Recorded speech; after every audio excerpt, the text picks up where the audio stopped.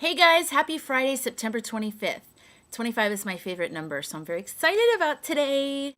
So what I want to talk about today is letting go of your past. If you follow me on Twitter, earlier this week I tweeted, I understand the concept of letting go of the past, but what are some practical tips on how you can let go of the past? And it was amazing the responses I received. It was something like, cricket, cricket. Yeah, like nobody has any practical ideas of how to let go of the past. Because, people say, you got to let go of the past, you got to move on, you got to move forward. And it's like, I get it, but how? How do you do it? How do you let go of the past? One of the ways we can let go of our past, obviously, letting go of your past, it's ultimately an inner thing. It's a psychological, emotional, mental thing. But sometimes it's hard to access that part of ourselves. And so there are practical things that we can do to start working on letting go of our past. One of the things I found really helpful is go through your closet, storage, garage, basement, whatever. Go through those boxes that you carry around from house to house, apartment to apartment. Go through those boxes and really look at every single item in those boxes. Ask yourself, is this really adding value to my life right now? And if it's not, think about throwing it away. Now with shredders, you don't have to worry about confidential information being out there. You can shred papers, give books and CDs and DVDs and clothes and appliances. Donate those to the Goodwill or other donation centers. I just went through my closets and I got rid of a bunch of stuff. And I'm telling you, it felt very, very good. I dropped it all off at the Goodwill Center down the street, and it felt very, very good knowing that somebody else will get value out of that or that they will make money on selling it. The reason why going through your physical belongings and getting rid of it is important. If you watch Hoarders, I love Hoarders. How we keep our physical things is how we kind of organize our psychological, emotional, mental things. I hold on to a lot of stuff, a lot of business ideas, and then research that I've done on those business ideas, because I feel like once I'm in a position to launch these other business ideas, I'll be glad that I have all this stuff, right? Which is true. And one of the positive aspects about being a person that keeps stuff is that I am very connected to my dream. I've never let it go, and I've never given up on it. And that's a really good thing. So in a way, I'm sort of like hoarding my dream and aspirations. But that's good because you have to have that focus and vision and tenacity. You have to hold on. But you also have to know when to let go, because some of those things that you're holding on to hold you back. They're like weights. That's true for psychological stuff and physical stuff. And so in going through the physical stuff, you're really addressing what's going on inside of you, the emotional stuff. Why do I really feel like I need to hold on to this? What emotional value is this serving my life? And some stuff is for sentimental reasons, stuff from my grandmother and grandfather. That I pretty much keep everything because I totally loved them. But some stuff it's almost like a promise to myself that that's my dream and I'm not going to give up on it. And I love that about myself, but I've learned to handle it a little bit differently, because now with the internet and everything, I don't need to keep all that research stuff around, because I can just do Google searches when I'm ready for different things.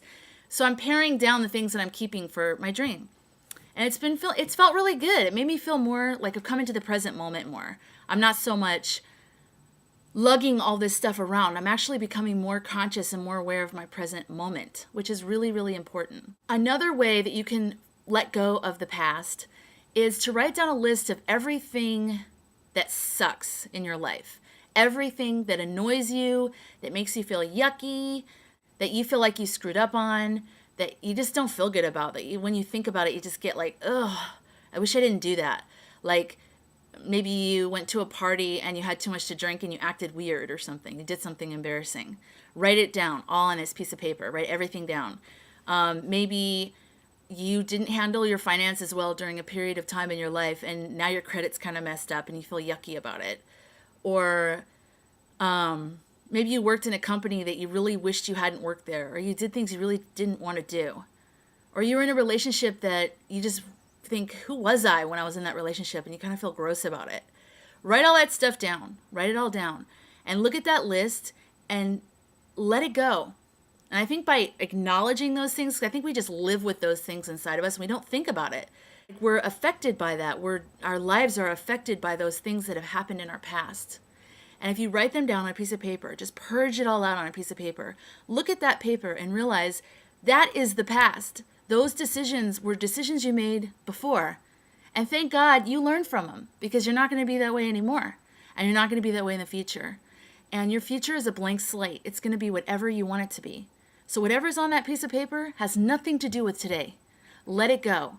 And you can either burn it, throw it away, flush it down the toilet, do whatever you want with it, but get rid of it.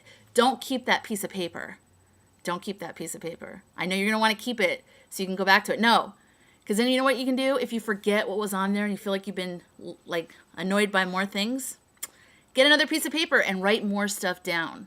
Just keep letting it go. Another way you can let go of the past is try to do things differently, like just weird things. Like if you go to Starbucks every morning, make coffee at home for a week and see how you feel. Or if you usually wear your hair up, wear your hair down.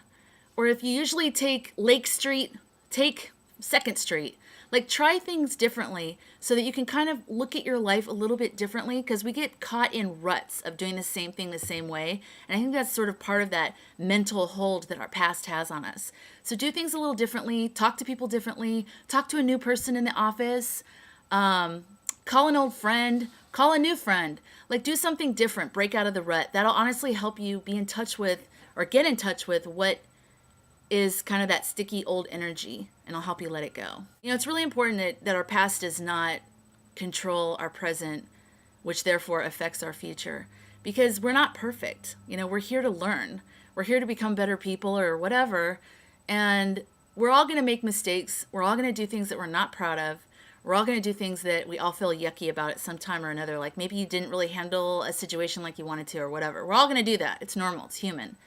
But it's what you do with it and then how you move forward is what really matters. That's what really matters. So if you hold on to that inside of yourself and you beat yourself up over it every day, that's the worst thing you can do, because who cares? So what? You made a mistake. That should not rule your life.